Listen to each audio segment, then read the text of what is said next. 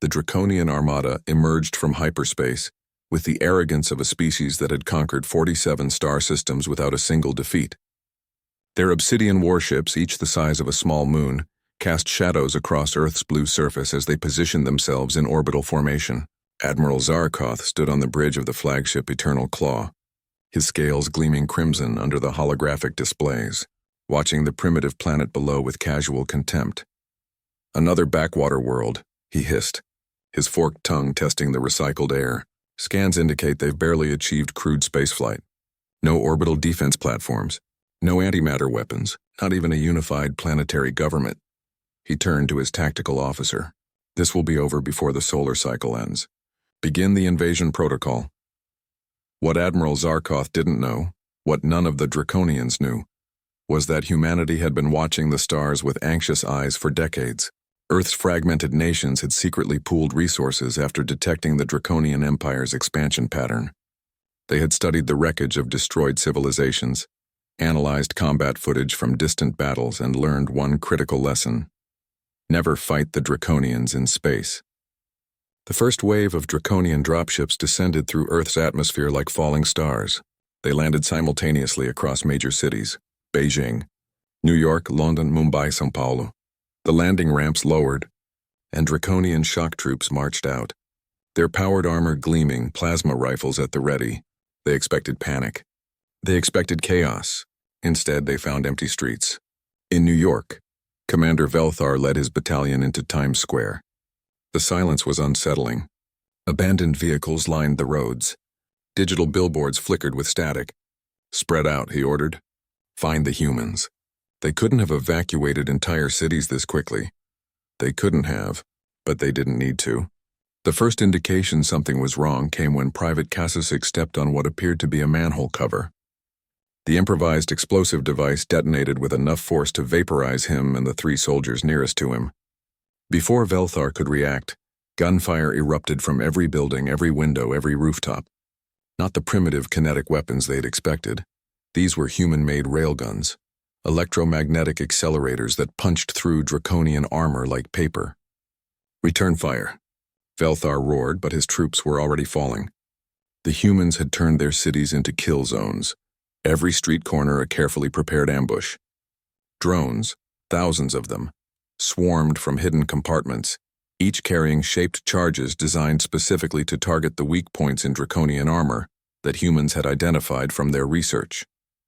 Across the planet, the same scenario played out. In Mumbai, Draconian forces found themselves trapped in narrow streets filled with chemical weapons that bypassed their filtration systems. In Beijing, entire battalions disappeared into tunnel networks that collapsed behind them, burying them alive. In São Paulo, human resistance fighters emerged from the favelas with weapons that seemed crude, but were devastatingly effective at close range. Admiral Zarkoth watched the casualty reports with growing horror. 70% losses in the first hour, 80% in the second. "This is impossible," he roared. "They're primitives." "How are they?" "Sir," his intelligence officer interrupted, her voice trembling. "I've analyzed their tactics. They're not fighting like a conventional military. They're fighting like prey that's evolved to kill predators." She was right. Humanity hadn't tried to match Draconian technology. Instead, they'd weaponized their own world. Every city was a trap. Every civilian structure had been retrofitted with hidden weapons. The humans didn't hold territory. They bled the Draconians dry and disappeared into networks of tunnels, sewers, and underground facilities that the invaders couldn't navigate. Zarkoth made a fatal decision. "Launch the atmospheric purge missiles. We'll sterilize the surface and—" The missiles never launched. Human hackers, cybersecurity experts who'd spent years studying captured Draconian technology, had infiltrated the Armada's systems the moment they entered orbit. Every weapons system locked. Every life support system began venting atmosphere. Every ship started drifting toward Earth's gravity well. "What's happening?" Zarkoth screamed as alarms blared throughout the flagship. On Earth's surface, in a bunker deep beneath the Rocky Mountains, Dr. Sarah Chen watched the orbital displays with grim satisfaction.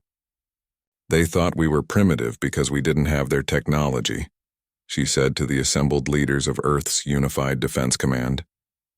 They didn't realize that sometimes the best weapon isn't the most advanced one. It's the one your enemy doesn't expect. The Draconian ships began their uncontrolled descent. Some broke apart in the atmosphere, burning like meteors.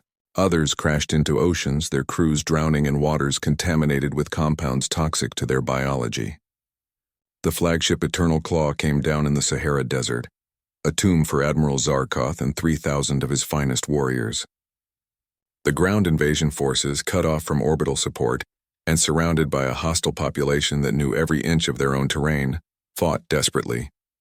They took refuge in the very buildings they'd tried to conquer, only to discover that humans had prepared for this too. Gas attacks, coordinated strikes, psychological warfare broadcast on frequencies that caused draconian neurological distress. Within 72 hours, organized draconian resistance had ceased. Within a week, the last survivors had been hunted down by human special forces teams that moved through urban ruins with practiced efficiency. In the aftermath, Earth's leaders gathered to survey the wreckage. The cost had been terrible. Millions of human casualties, dozens of cities damaged or destroyed. But they had won. Against a species that had never known defeat, humanity had achieved the impossible. General Marcus Reeves stood amid the wreckage of a Draconian transport ship in what used to be Central Park. His aide approached with a question. "Sir, the other species in the galaxy will want to know what happened here. What should we tell them?" Reeves looked at the twisted metal, at the scorch marks and the memorials already being erected for the fallen. He thought about the Draconian Empire, now headless and confused, their most powerful fleet simply gone. Vanished into a blue planet they dismissed as insignificant. "Tell them the truth," Reeves said quietly. "Tell them the Draconians invaded Earth, and tell them that none of them returned to share the tale." The message spread through the galaxy like wildfire. Species that had bent knee to Draconian might whispered the story in fearful awe. A primitive species, barely spacefaring, had annihilated the Empire's finest warriors. They hadn't done it with superior technology or ancient weapons. They'd done it with ingenuity, determination, and an absolute refusal to surrender their world.